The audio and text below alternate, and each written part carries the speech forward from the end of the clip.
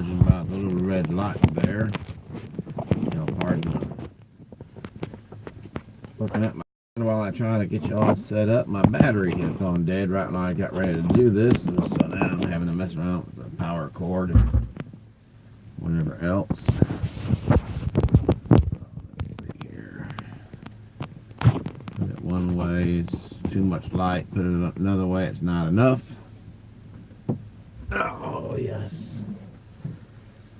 Oh. I guess I could just go ahead and put it up here in the holder. I wanted to come up with a different view, really. It's like the third time I've thrown my book to the floor this evening. Okay. I hear you, Shelby. She's just like, been a long day. Alright. What if I turn this one here off? I'm not going to be able to see as well. So, alright, let's see what we can't do to... That works there, doesn't it? Fair? Yes. Ah!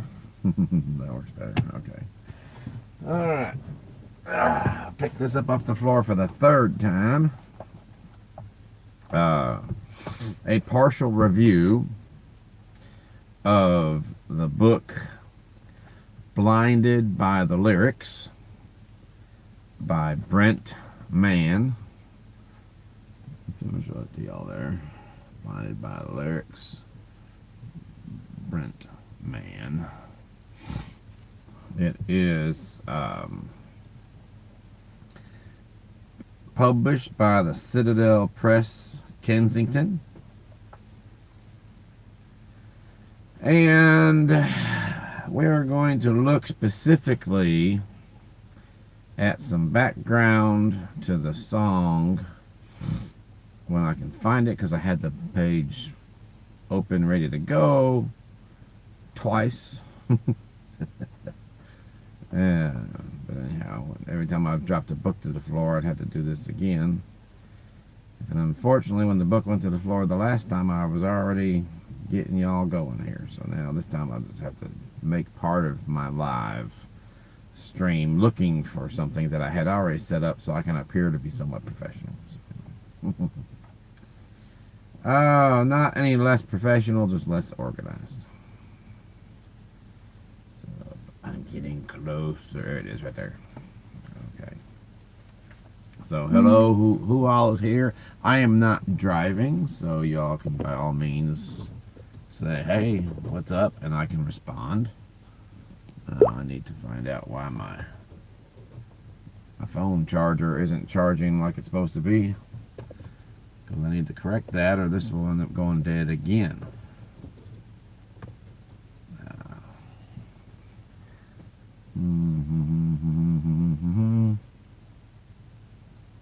Alright, so it's lit up, but that doesn't mean anything because it was lit up the other day and the phone went dead anyway.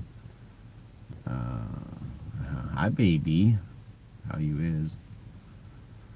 Alright, well, hang on one second. At the moment, it's just you and me, so...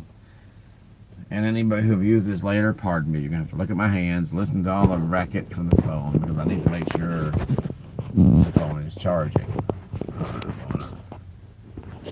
Let's see, it's not gonna let me do that, is it? What if I change the camera? Maybe that.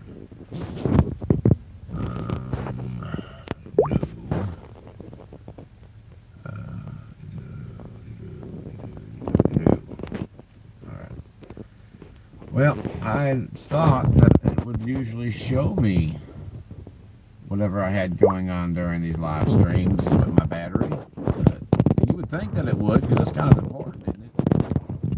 But anyhow, it's not. So we'll just have to take it as it comes, and if it goes dead, it won't be the first time it's done me that way. Alright, so, and of course I closed the book again. Alrighty. Yeah, I am tired. I'm not. Not making any sense tonight, I guess, but that's okay. This is a short one, so we won't be here long. Alright. Again, the book is Blinded by the Lyrics by Brent Mann. We are doing a partial review, and specifically a passage from the section of In-a-Gadda-Da-Vida, which we all know is a classic song by Iron Butterfly, recorded in 1968. In-a-Gadda-Da-Vida, honey. Don't you know that I love you? I loved you, baby. Which is written by Doug Engel. And of course, we all know the story. They say that when it was recorded, that he was 3 sheets to the wind, I guess we'll say. And because of that, it was actually supposed to read In the Garden of Eden. So, Iron Butterfly were Atco's Left Coast Vanilla Fudge. Though more lugubrious, less murky, but just as heavy and slow. And that is quoted by the Seth Man on the headheritage.co.uk, as quoted on.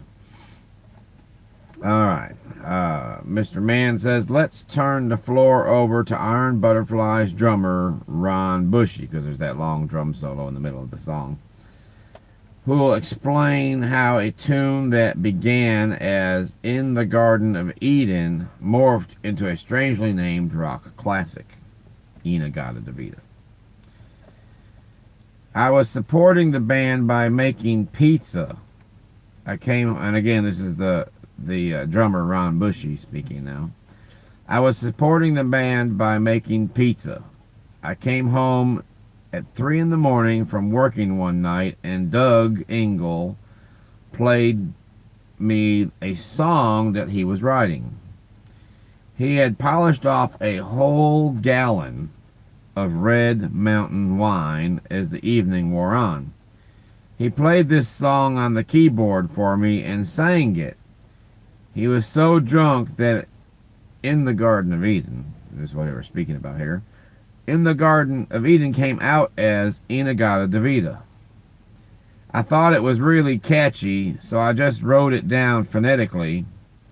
The next morning we woke up and looked at the writing, In-a-Gadda-Da-Vida, and decided to keep the title. It's interesting to note that Iron Butterfly recorded on the Atco label, which was owned by Atlantic Records, an outfit known for building its foundation on jazz, with the names similar to in other jazz recordings as Herbie Mann, Earl Garner, and Sarah Vaughan, as well as R&B with names that were recorded such as Laverne Baker, Big Joe Turner, and Ray Charles. When the In-a-Gadda-Da-Vida LP, anchored by the title track, spent a jaw-dropping 140 weeks on the charts, in the process becoming for a period of time in the early 70s the biggest selling album in Atlantic's history, the entire recording industry had their eyes open to the commercial potential of this new style of rock and roll dubbed heavy metal. Interesting note on that is I grew up listening to heavy metal, which in my day, heavy metal was Sammy Hagar, Van Halen, Led Zeppelin, that style of rock music that was considerably hard, hard rock.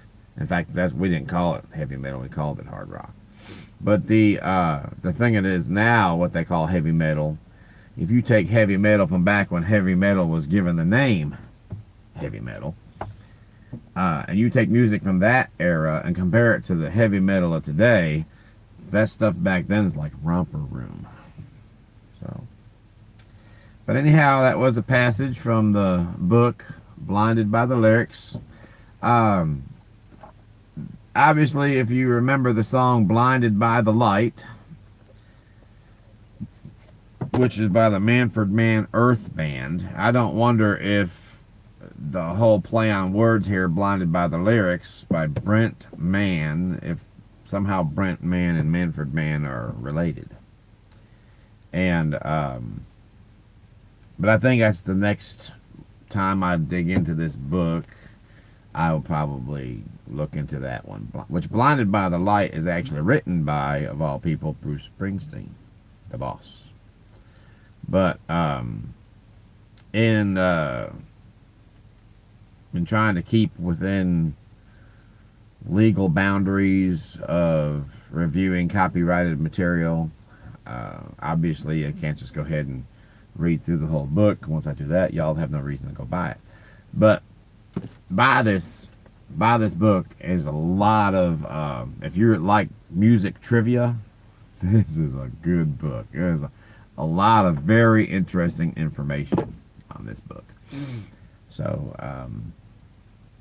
anyhow, we're 12 minutes into this, and oh, I was about to say it was just you and me, honey, but someone else has just chimed in. I am not sure who, because they haven't said, hey, look at me yet. But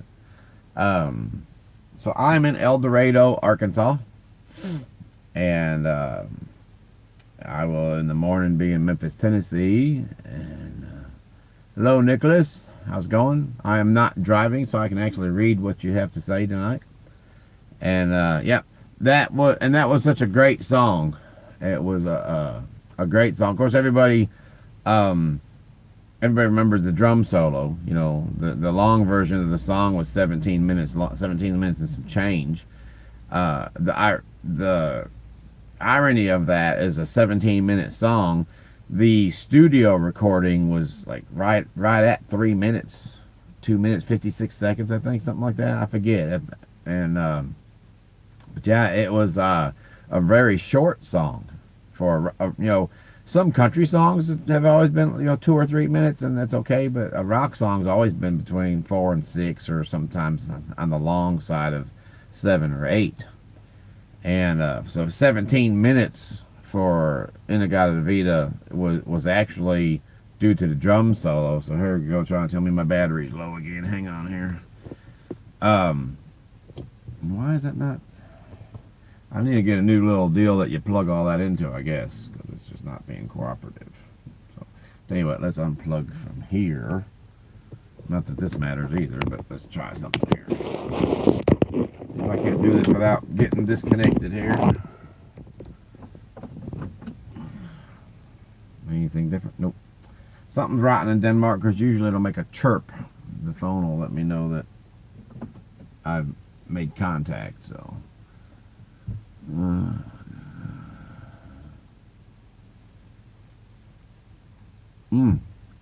thing I like drum solos, everybody does, but I've never been anybody who is, oh, I know what's going on here.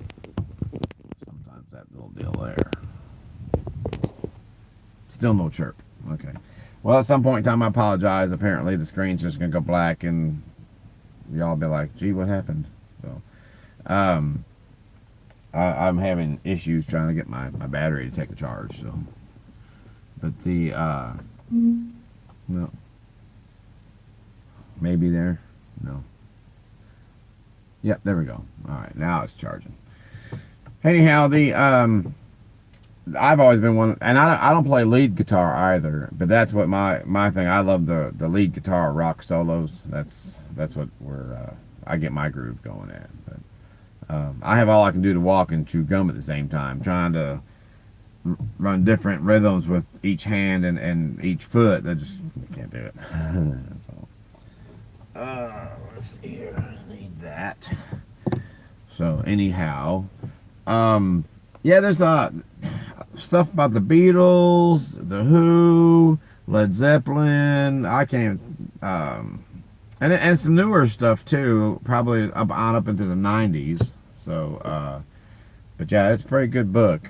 And I was sitting at the house one day and kind of thumbing through it some, and I like music trivia because I love music.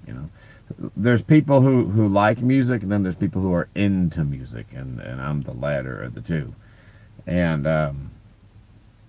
but yeah, it's got a lot of pretty interesting trivia in it. So it's one of those things that you'll be like, wow, I didn't know that. How cool was that? You'll put it down, and one day you'll go back to it because you'll have forgotten half of all of it, and because you're not reminding yourself every day, of course, reading it over and over. And it's one of those that I can see me going back to and reading it again. So,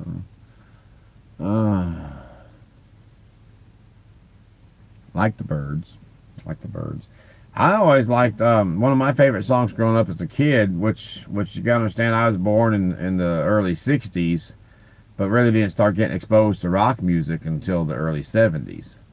And but one of my favorite songs growing up as a kid was "For Your Love" by the Yardbirds. Really, now we're gonna go back to the low battery alarm again.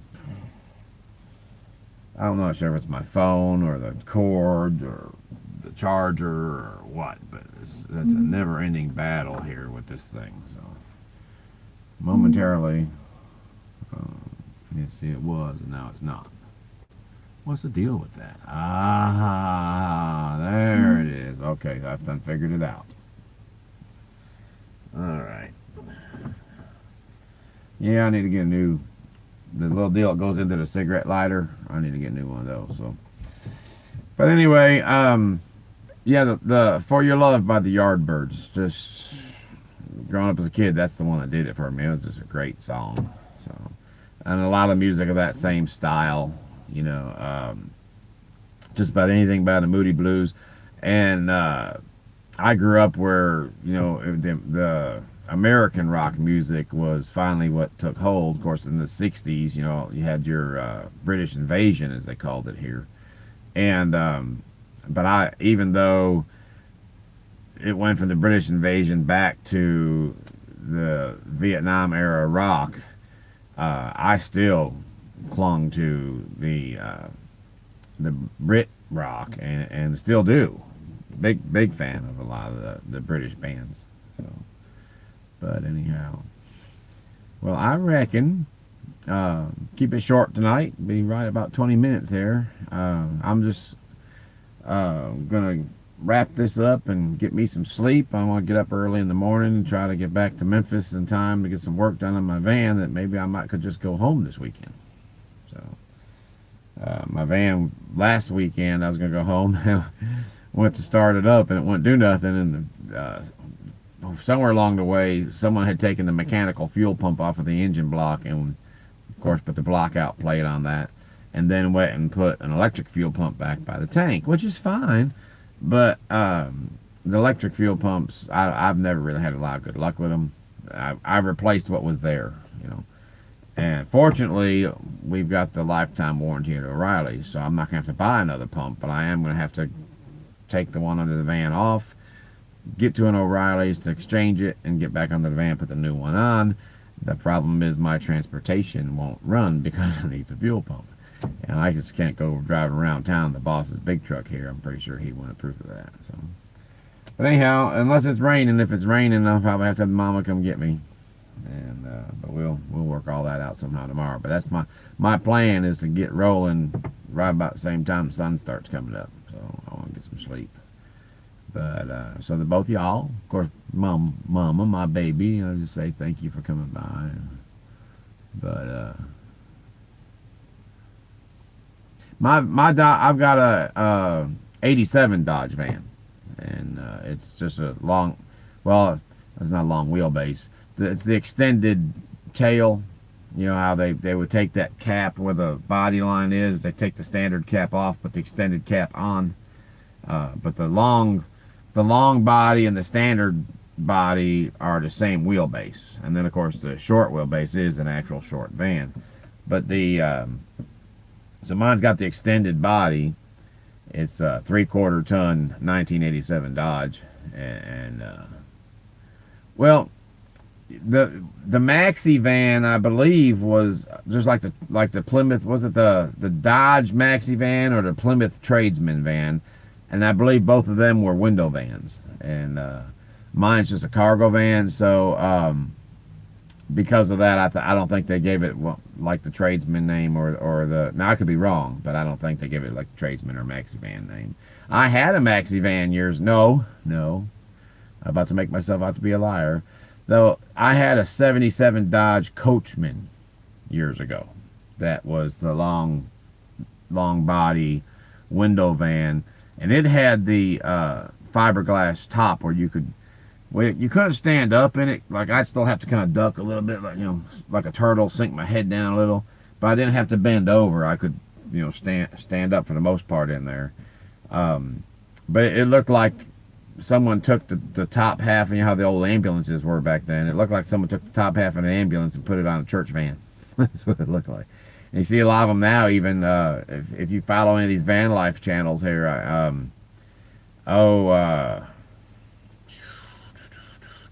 it's Into the Mystery 13, and they took their van. That, of course, he got rid of his Astro. I don't know if he got rid of his Astro van or just stopped using it, but they got a larger Chevrolet, and they went and cut the roof off and put one of those tall type roofs on. But that's, again, what it looks like. It just looks like a package delivery van or like an ambulance in the making. And I don't much care for that look, but to each his own, it's what.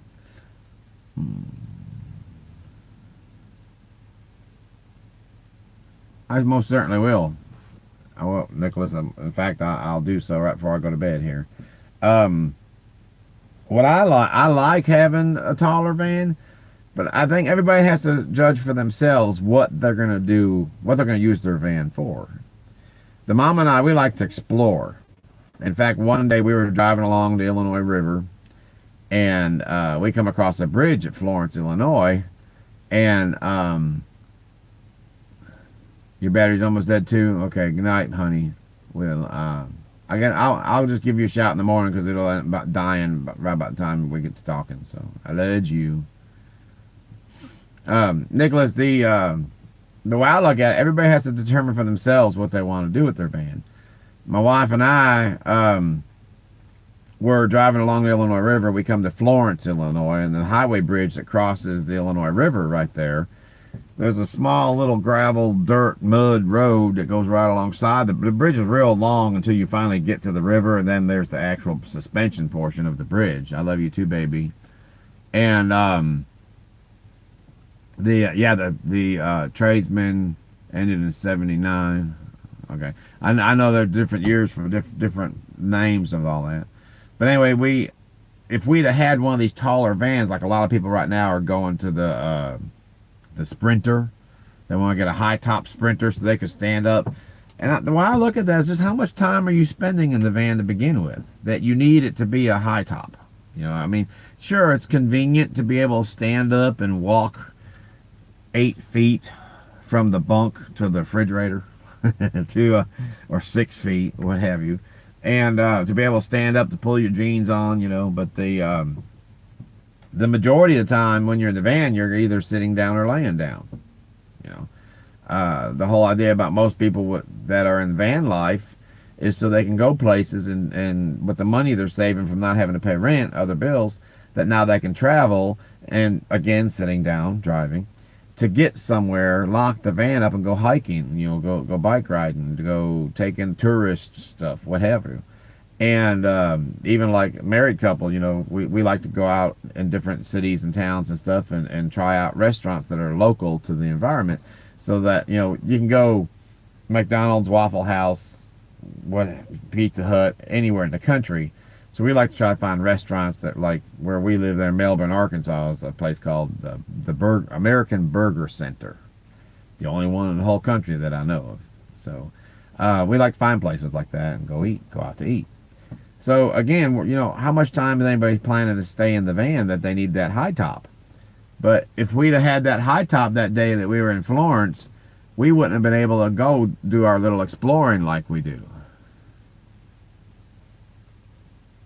Yeah, same 12 feet. Mine's the same body, and but the thing of it is though is if you've got your bed running right against the back doors, that's most beds or if it's a twin, is 42 inches, so it's anywhere from 3 feet to 3.5 feet wide, and so that takes you right there down to 9, you know. And most people, their kitchen, instead of being directly across from the barn doors, will be right inside the barn doors to the left. So not going very far that they need to have all this big space. And then again, the more space they have, the more cabinets they put in there, the more stuff they put in there, the more weight that they start dragging around. There goes their fuel mileage. And when driving in the wind especially, it's that extra 1.5 foot of roof and side panels that's like a big old billboard catching the wind, you know. And again, fuel mileage as well as handling just atrocious when you got a taller truck like that. But and again, that's not saying it's wrong. I think it's to each his own, you know. But I watch a lot of these van life channels, and they're telling, oh, you gotta get a Sprinter or the Dodge ProMaster, get a high top Dodge ProMaster, and that's real nice to say that, but that's because that's what works for them. That they had the flat top or they had the mid roof, and it just wasn't their cup of tea. But that don't work for everybody. You know, my wife and I, like I said, we like to explore. We like to find these little trails. Of course, I can't go anywhere that requires 4-wheel drive, but as long as the roads aren't too soupy, yeah, I'll go back there even if it's dirt, mud, whatever. And the thing of it is with that taller roof, you're limited because of overhanging trees or a low bridge. Even on the asphalt roads, Corinth, Mississippi, where I moved from to go move up there to Melbourne, where my wife and I live now. That's where she lived, and instead of me moving her down to my house, I moved up to hers. And but there is a bridge right there in town that's 7 feet and some change tall, you know. And even with just a flat top, if the flat top van is a 1 ton on 16-inch rims with the tall rubber, still can't get under that bridge. There's another one in West Memphis, Arkansas, Marion, Arkansas. It's like 7 feet 6 inches or 8 foot, something like that. Anything bigger than a standard conversion van, you know, just regular flat top van, won't do it. And I seen somebody the other day, I can't remember the name of their channel, I didn't subscribe to them, you know. Oh, that's that S word I'm not supposed to use anymore, I keep forgetting about that.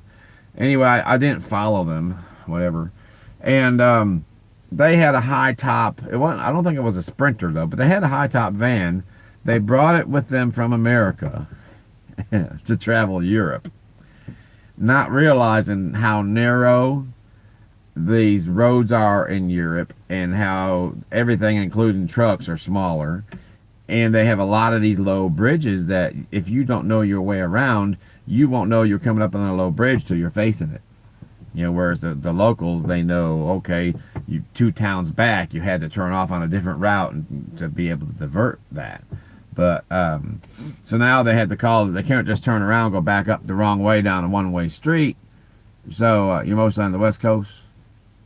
But and like I said, for most people, you know, that works. But those folks there, now they're having to call the police to shut the road down so they can come back out the street the wrong way. Of course, they had to pay for that.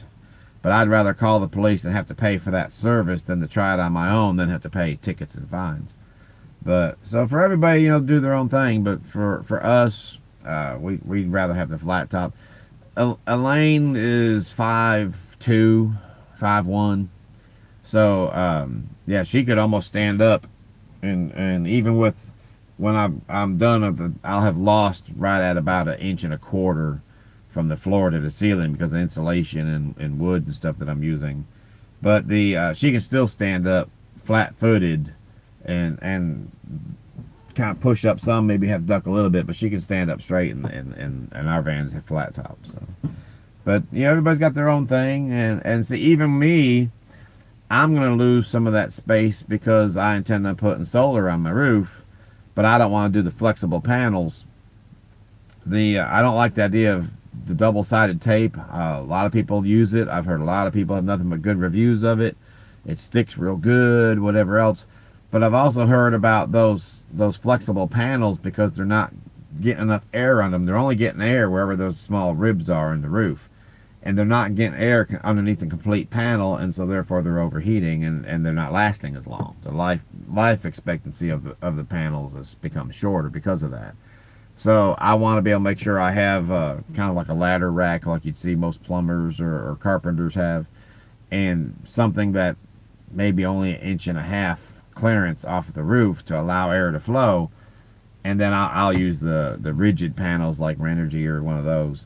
But so that's by the time that's all said and done, though, now we're talking about an additional 2.5 to 3 inches on the roof of my van, which technically probably isn't that big of a deal because I'm not sure. My roof vent, I got a fantastic fan back there. It probably sticks up every bit of that. So, but either way, the nice thing about that is if you leave space between your solar panels and your roof panel, they are now acting kind of like a canopy, keeping the sun from beating directly into the metal of the van body. And even though I'm going to have it insulated and everything, by doing that, because I'm going to try to, I measured, I could do it a lot more easily if I didn't have that fantastic fan in the roof. But as I do, I can fit 5 panels, the 5 100-watt panels. It's going to be a tight squeeze, but I can do it. I might have to leave, like over the windshield, have a little bit hanging out over the hood just a little bit, but that not so much that it'll be a problem. So,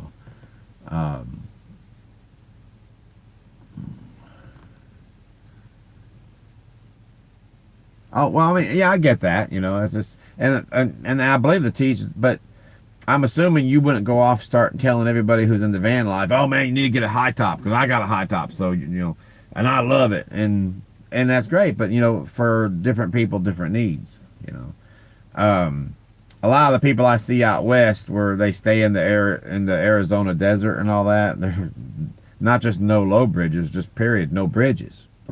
It's wide open. You know, if there's a tree in your way, you just go around it. You know, it's the desert over there is as much rock and gravel as it is right here, so you just kind of no problem. But yeah, for here the way things are for us, a lot of the areas that we like to go, yeah, I'd rather have the low profile. So in fact, when I got this van, the tires that are on it, I've already changed out the front. I haven't changed the back yet, so now it looks kind of like this. They put taller tires on there than what it came with from the factory. There's 2 different 3/4 ton trucks, and mine's the 5 lug. You know, all your 1 ton trucks, whether they're made by Ford, Dodge, Chevrolet, all of them are 8 lug. But then your 3/4 ton, there's an 8 lug and a 5 lug. The 8 lug is a true 3/4 ton van or pickup. The 5 lug is a 3/4 ton, but basically it's like Chevrolet had what they call the heavy half back in the 70s, and the 70s or 80s, whenever it was. And that's what the 5 lug 3/4 ton Dodge is. It's basically a heavy half. The body can handle it. I'm sure the suspension can handle it, but it's not as beefy as the 1 ton is. So they put the 5 lug axles on it instead of the 8 lug axles. But either way, you know, you buy something used, you doesn't matter what you want, there it is, you take it or leave it. And I had a list of things in my head that what I wanted for my van. I knew exactly, I wanted the Dodge. I've had a Dodge before, I've had a Ford before, actually I have 2 Fords before and 1 Dodge. And I just wanted the Dodge van. This would be my 4th van build. So, the Dodge, though, I had the same body style that I have right now. It didn't matter about the headlights. I think the 83 had quad rectangle headlights, whereas the 87 has the large dual headlights. That didn't matter to me. What mattered to me most, though, is that actual body style with that large tail light with the same interior dash and everything that it has. And oh, 360, I'm so jealous. Oh, I am so jealous.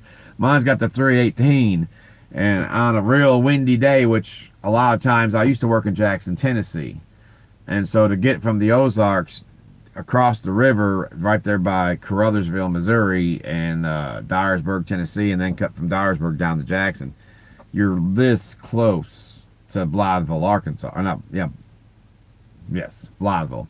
You're this close to Blytheville, Arkansas, and that whole area, what they call the boot heel of Missouri, that whole area, the wind just kicks booty big time.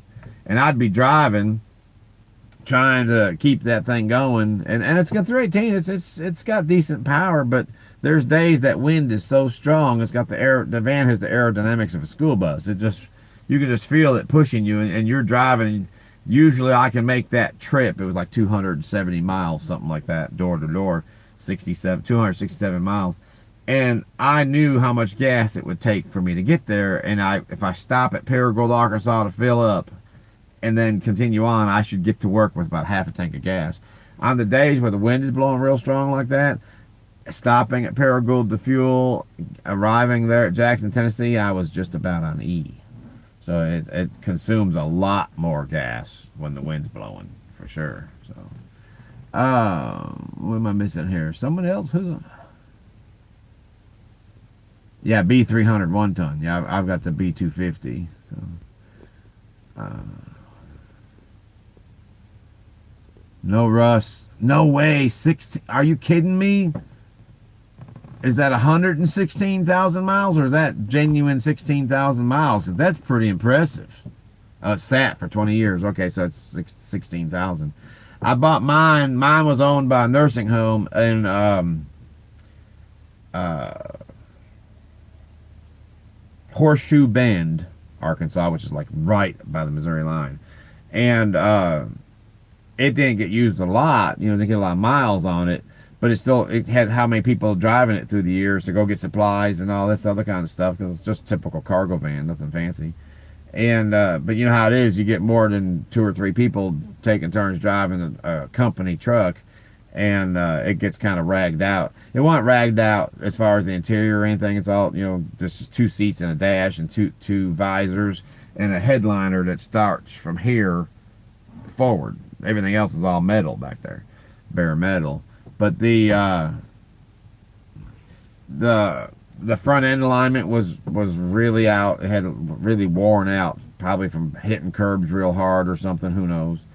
And it cost me almost $1,100 to get all that fixed. So, but I've no regrets. I had that body style in my mind, and I knew what I wanted. The only thing I wanted a short wheelbase. Instead of a standard wheelbase, or instead of the extended body, I wanted the short body, short wheelbase. Hopefully in a 1 ton, but again, in a used vehicle, I wasn't going to bet on that. But I figured surely I can find a 3/4 ton shorty in a Dodge body. And I have found some 3/4 ton shorties, but they got that curved front from the late 90s, I guess, mid 90s, whenever it was they were doing that. And I don't much care for that body style. And it looks good with the extended body, but with the standard body and the short wheelbase body, it looks like something you'd expect to see George Jetson driving to work. So when I found this one, the fact that it was long wheelbase, or standard wheelbase with the long body on it, it wasn't exactly what I wanted, but it was everything I wanted except for that one item. And I thought, what are the odds? You know, you're gonna find everything you want except for this one thing. So I went and bought it. Paid $2,500 for it. So I've had to put some money in it, yeah, but it's nothing major, and it's been pretty dependable until my issues with the fuel pump. If the fuel pump goes again, I'll go back to O'Reilly's and demand my money back, and I'll go back and put the mechanical. The reason why a lot of people on Chryslers will get rid of the Chrysler products, they'll get rid of the factory fuel pump, is in the summertime, Chrysler fuel pumps are notorious for vapor lock. It'll crank and crank and crank and act like it's out of gas, and all it is there's some kind of gas vapor in the fuel pump that it can't digest, and so basically like a big air bubble, and gasoline cannot get past that to be pumped up into the carburetor. Of course, now if you got electronic fuel injection, that resolves that issue right away. So Let's see here. Hang on one second.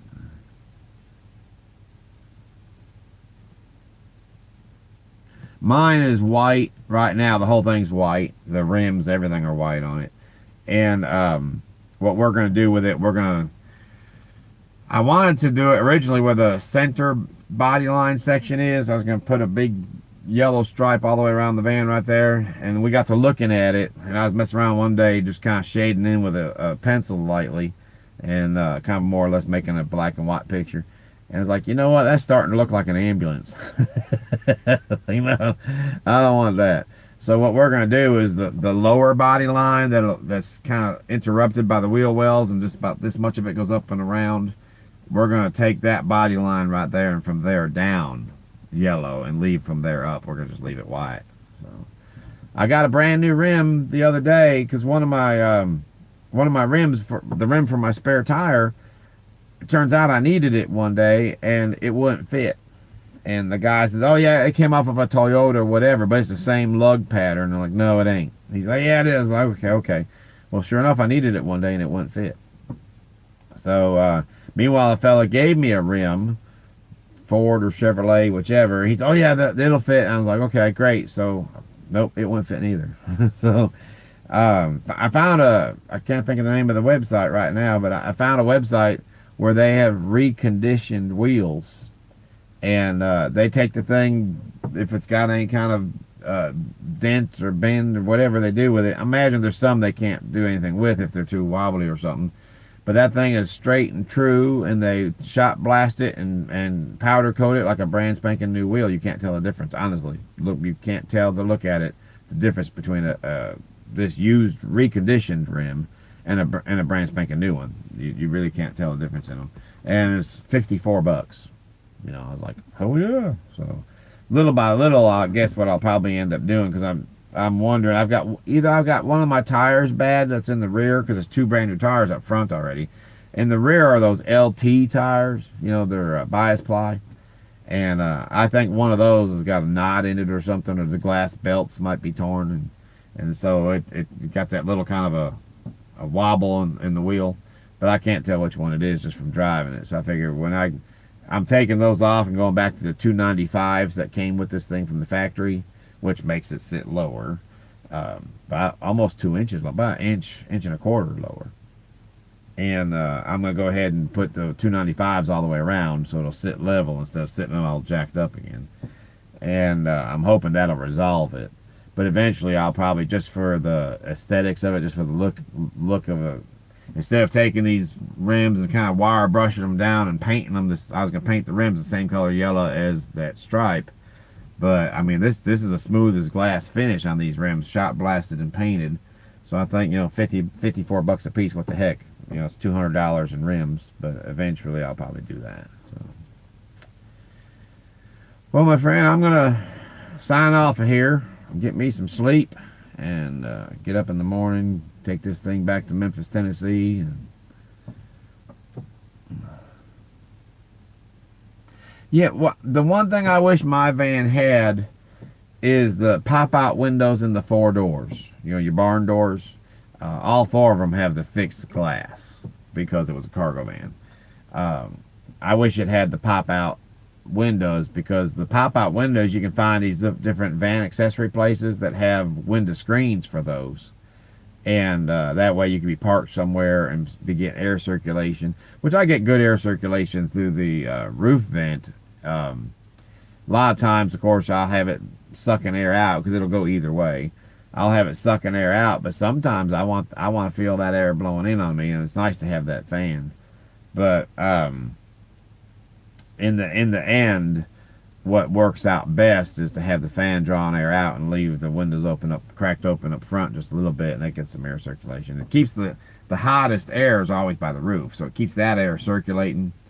But what like I said, I'll check out what you got here when I sign off of this. But I can't remember which video it is. One of my videos, though, it clearly shows my interior setup, which I was working at the steel mill at the time. It was just basic. I needed air conditioning, and I needed some place to store my clothes, and I needed a place to sleep. There it was. the hotels were just getting to be too expensive, so we bought the van, threw a bunk in it, and I had made a frame to hold a regular 5,000 BTU air conditioner and made my own air duct to catch all the hot air off the backside of the air conditioner and take it out down through the floor below the left tail light. So I said, why don't you just pop out that one window, build the shelf, and put the air conditioner there? Because I've seen that all my life, and I've never liked the way it looks. It just looks too hillbilly hotel, for my liking. So I found since for casement windows, the ones that they're kind of tall and skinny. They're kind of rounded like so. They got little cranks on them, and they'll open up this way. I found on Amazon, now it's considerably more money. A typical air conditioner for a typical window unit in the house is 150 to 250, maybe $300. But because it's narrower and taller to fit in the casement window, this is almost $500. But I saw a guy that what he had done, instead of having it inside like what I've been doing, he had the door cut in the bottom, which your door is thicker in the bottom. And so he had the shelf, instead of the shelf sticking completely out the rear of the door, the shelf ran through the door, portion of the air conditioner sticking out the rear, portion of the air conditioner sticking out inside. And therefore it was supporting the weight a lot better. And I measured the doors the other day, and it'll fit. So the mama's not too crazy about spending $500 on an air conditioner, but that's the plan eventually. Right now, I just want to we're going to put an additional heater. A lot of, like, Chevrolet had the deal all the way back to above the rear doors. I think Ford's was in the actual roof itself somewhere. But and Dodge had the rear air up above the rear doors. I've looked around a few salvage yards, hadn't found one, and I figured you're still going to be trying to find a way to run all that off of that little 318. It's not going to be power at all. So I'm going to run that regular window air conditioner off of my 30. I think my power inverter is either 3,000 or 3,500 watt. I forget which, but it's strong enough that it'll handle that. And it recommends that you have the engine running while you're running that anyway. The way I've got all this set up, I've got all this already sitting. I've ordered a lot of stuff. Some of the stuff I still need, but I've got it set up so I can run electricity off of my generator. I've got a 2,000 watt portable generator. It also can be run off shore power, or it can be run off of the power inverter, which when I add solar, that won't change. The only thing is, what solar people don't understand, solar doesn't run anything. All solar does is charge your batteries. The batteries determine how long the power inverter can run based on how much amperage you're drawing and wattage you're drawing from it, and ohms and what have you. So, but is that one of those you're talking about for the heater? Is that one of those that runs off of diesel? I've seen some people have some pretty good reviews with those. All we've done, of course, once I get done insulating the van, it'll work better. Right now, I've just got a 1/2 inch of that styrofoam insulation, so I'm gonna put a layer of the 3/4 inch hard foam on top of that, and then whatever I need to do, fill up all inside the frame of the body. But oh, okay, all right. I didn't know they made a gas version of those. But the main thing is that a lot of people go with those, like the Mr. Buddy, and but anything that burns off of a fuel leaves some form of an exhaust. And even if you can ventilate the exhaust, or even if it's proven not to be carbon monoxide poisonous in any way, it's still like at a house. If you have natural gas or propane, the range hood and the top of the fridge always has this film of grease. It's not just cooking grease. Some of that's just the exhaust from the gas flame.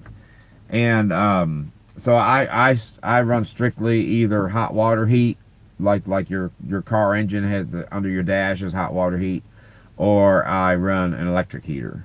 And that's what in fact we just ordered it last week, is they call it a hot rod heater, and 30,000 BTUs to put it in the rear, like the old school buses had a couple small heaters back there to help heat the entire cabin.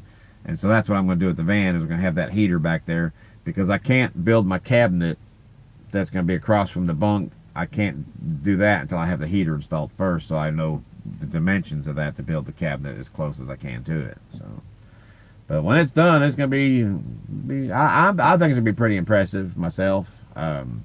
The missus and I, we've tossed around some ideas and decided to change a couple things, but for the most part, yeah, we've had the same idea now for about a year.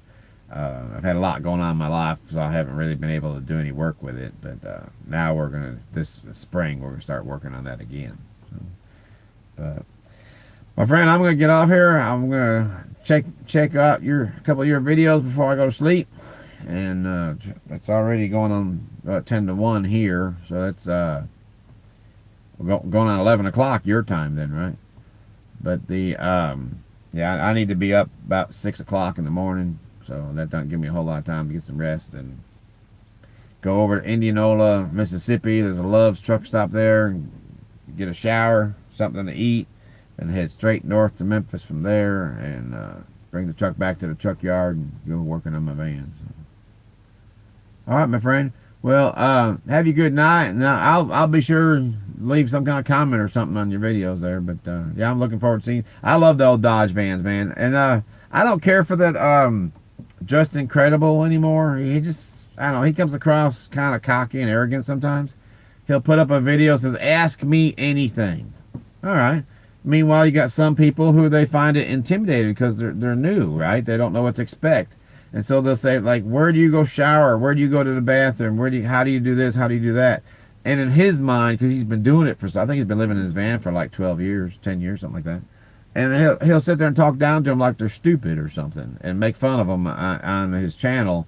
And I'm just like, yeah, he's done that so much. I've got to the point. I'm like, I unsubscribed from him, you know. So, but yeah, I like the Dodge van though, and the reason I brought his name up. He brought up a really good point about the Dodge. From 1971, I believe it is, 70 or 71. And from 1971 all the way up until like 1991, 93, somewhere in there, it's the exact same body. You can take the doors and swap them around, other parts that you might need. The body hadn't really changed much. A couple different, the body line might be a little bit different in a couple different years. But for the most part, yeah, everything fits. It's the exact same body. And so, all the way up to 2003, okay, I didn't know that. So, but yeah, 2003 was the last year for their full size. That's the one that's got that curved front. And then 2004 is when they come up with the ProMaster, then I take it. But, yeah, I think that was pretty cool, though. That was a piece of information that I didn't, okay, last for the drivetrain I've got. I didn't know that though, and my first van was a 1970 Ford F100 super van. Which, you know, back then the super van was about as long as a standard van is now, and E300, or I said F, it was an E300 Econoline E300 1 ton, 302 3 on the tree. It's a fun truck to drive. The second one I had was a 1976 Ford E150, and that's the only one I've ever had that had the sliding side door instead of the barn doors. Then the next one was that 77 Dodge Coachman I had, and then the one I have now is this 87 model. So it's I like the Chevy too. I mean, in fact, I've been looking at a Chevy that I might buy to build it and sell. But for me, I've just always liked the Dodge, man. You can always find parts for them. Although I will admit, when you open your doors, right, first you open your right side door on either one, the side or the rear. You'll open up your right side door and then reach inside. There's a large chrome paddle, and you'll pull it down to open up the left door. I've got one of those that's broken. There's nothing left but a little stub like this, and before my wife cuts her hand on it, I've been trying to find one of those. The Dodge dealer doesn't have it. I've been trying some of these aftermarket places online. I can't find nothing, and I need to start hitting the salvage yards. But I wish the salvage yards had some way of viewing parts on the internet where you can just touch something or circle it or whatever and tell them, hey man, I need 2 of these, and I haven't found anything like that yet though, pull apart or wherever else. But I need to find something so I can replace that. The nice thing about it though is I know from, because my 77 had that same paddle, I know all the way up through the body style I have anyway, I'd be able to find one if I can find one in the salvage yard. So that's the sad part is that the cost of scrap metal is up, and so instead of just keeping all those vehicles around hoping someday someone buys parts off it, a lot of these scrap yards are crushing everything now for the money for the scrap. So.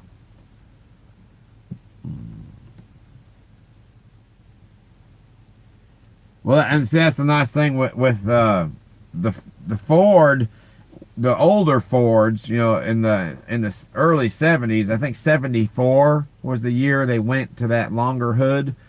From 70 to 73, though, had the real short hood and therefore the larger engine cover inside, which was kind of a pain getting in and out of the driver's seat.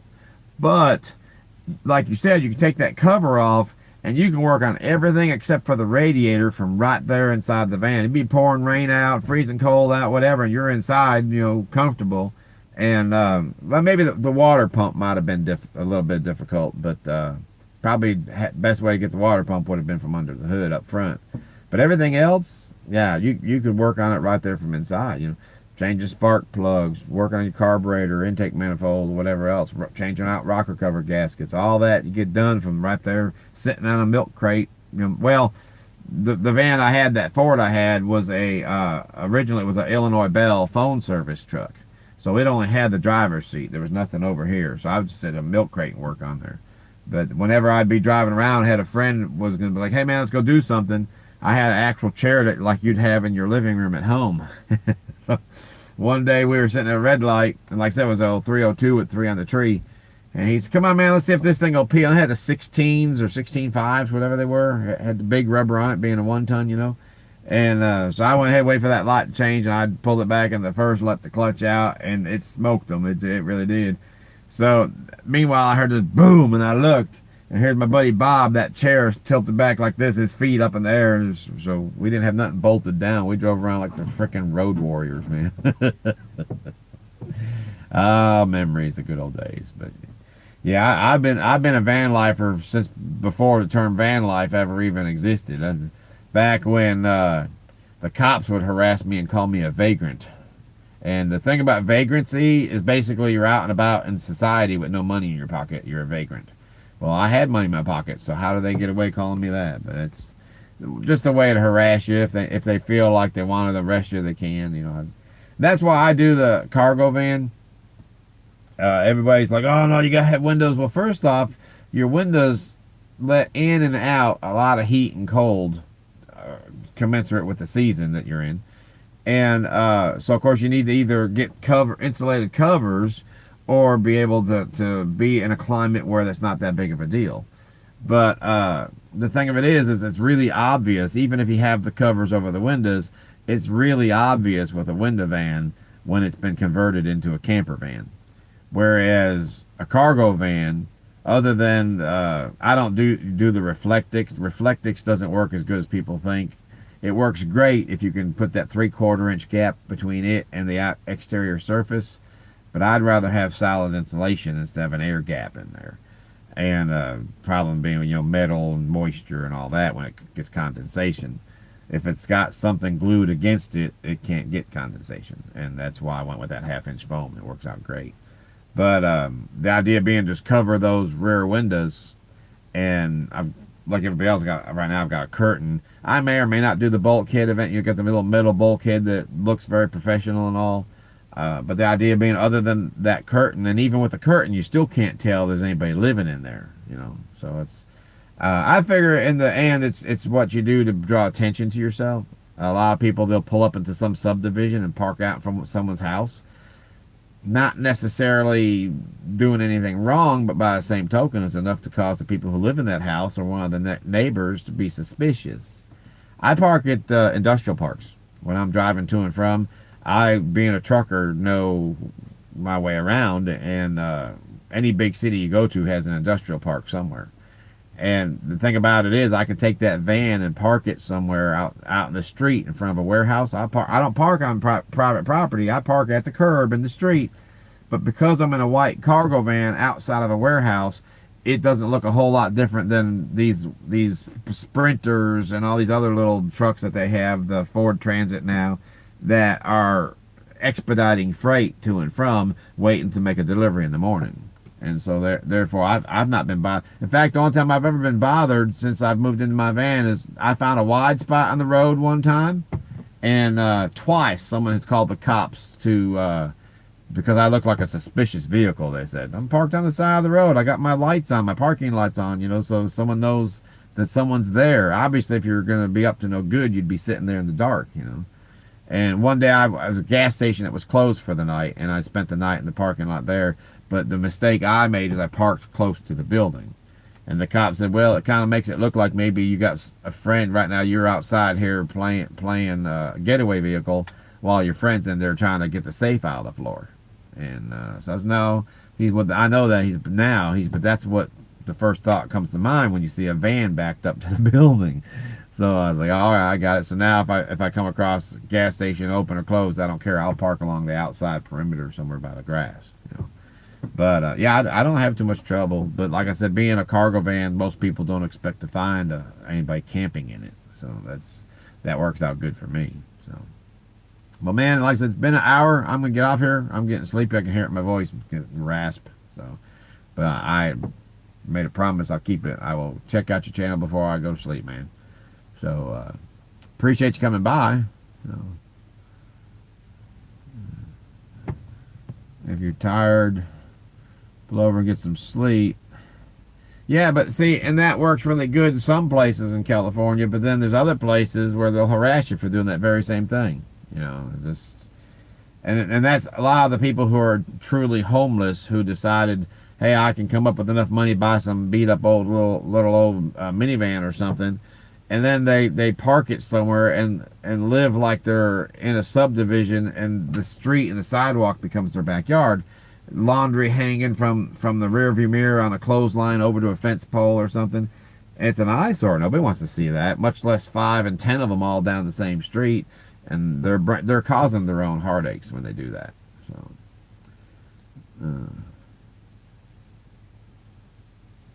oh, is it now? Cool.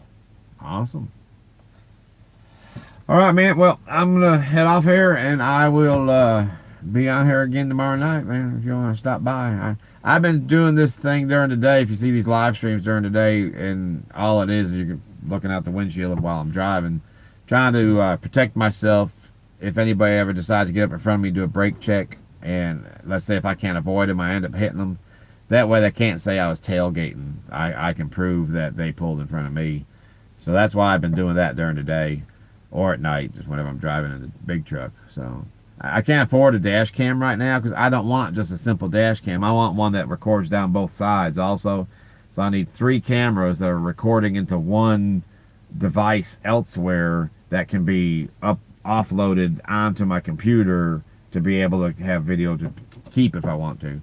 And that costs money. So for now, I'm like, you know what? I can't do it on my phone because I'll constantly be running my phone out of memory, and then I have to keep dumping that probably every couple hours. But doing this here, it don't cost me nothing. I already own the phone. I can make a live stream of that, and meanwhile, if I was to get in an accident, I can tell the cops. I would not just, oh crap, now I better stop this. Nope. I'll let it keep going until the cop gets there.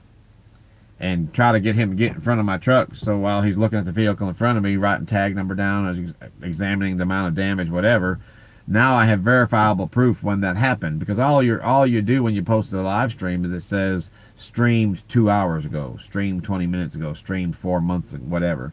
So this way I have proof that it wasn't something happened weeks earlier, that it happened right then and there, because here's the police officer investigating that. But that way I can protect myself and keep from getting sued, because right now I'm being sued. It's a long story, but situation where 2 fellas in a pickup truck that were basically just about at a dead stop trying to figure out which of the 4 driveways they wanted to turn into on a 65-mile-an-hour it's a 4-lane U.S. highway, but it's basically like an interstate with occasionally cross traffic. And the instead of getting off on the shoulder till he figured out which driveway he wanted to go to, and by the time I had looked to change lanes and looked back, he was way out there. Then he's right there, and his buddy wasn't seatbelted. His buddy died, and the insurance company's already settled with that fella's widow. But this other guy that was the driver, he's out for vengeance. He realized they got these billboards everywhere. You've been hit by a truck, we'll sue for you. So yeah. So that I'm at a different trucking company now, but that company and myself are being sued for combined for $1 million. Yeah. And something like this right here for free could have proven what I say did or didn't happen. So that's what I'm doing now. So, but yeah, at nighttime I try to do this every night. Sometimes it's reading something. One of the books I've got with me. Other times it might be just telling some jokes or sharing some thoughts, what have you. So. Well, awesome.